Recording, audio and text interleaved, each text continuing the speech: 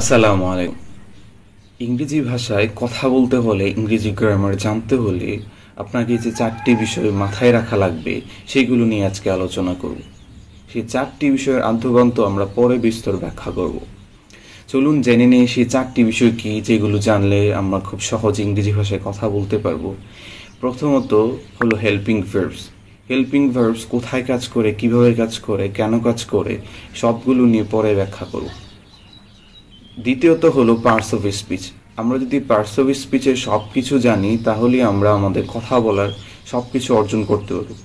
তৃতীয়ত হলো টেন্স। টেন্সে কিভাবে কাজ করে, কোথায় কাজ করে, এগুলো আমাদের জানতে হবে। চতুর্থত হলো মডাল ভার্বস। এই মডাল ভার্বস যদি আমরা জানি তাহলে আমরা ইংরেজিতে কথা বলতে পারবো। তাহলে এই চারটি বিষয় যদি আমরা একটু পাণ্ডিত্য অর্জন করি তাহলে আমরা ইংরেজিতে কথা বলতে পারবো। চলুন দেরি না করে এগুলো আমরা পরবর্তী ভিডিওতে আলোচনা করবো ইনশাআল্লাহ।